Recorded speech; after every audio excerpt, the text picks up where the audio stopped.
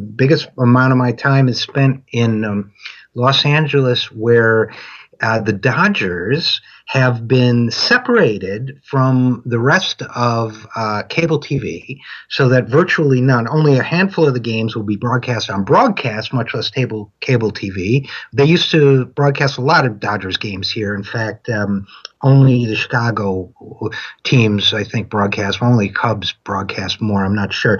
But anyway, we used to get our free Dodgers, and now they're not only being taken off the air, it's going to become a separate package called something like Sportsnet LA. And Sportsnet LA is just the Dodgers. If you go to the website, they say their programming will include Dodgers games, or Dodgers dugout profiles, Dodgers profiles, background history, Dodgers statistics, review of Dodgers. It's all Dodgers all the time.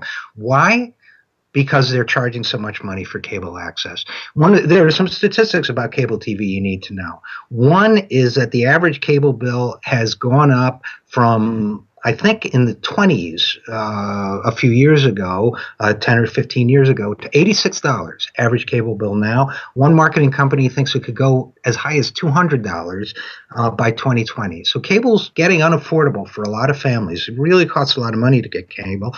You know, a lot of that is the composite cost of the individual channels. History Channel costs your carrier and therefore you about 22 cents. ESPN costs more than $5. Now, you're more than $5 if you live in LA isn't even going to get you the Dodgers. So you're going to have to go out and ask your cable carrier to carry ESPN if you're a sports fan, and Sportsnet LA. How much will that cost? Some people think that alone could cost as much as $5. Why am I ranting about a Los Angeles team on a Washington program? Here's why.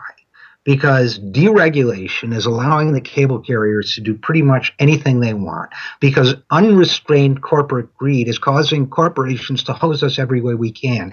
And because Sportsnet LA, or its local version of it, is coming to a town near you very shortly. You know, they're going to unbundle everything they can and charge for it separately. There are only two forces that counteract that. One is the market force of people just saying, no, we refuse. And I think that will happen more and more, which is the kind of passive boycott that says, I can't afford it, I don't think it's worth it. The other is a return to a United States of America that allows reasonable regulation of carriers. I'd rather see my cable TV money go to a decent wage for the communication workers that are employed there. Too many of them are independent contractors who don't even work for the cable company, have lousy benefits and pay, and therefore aren't connected with doing a good job.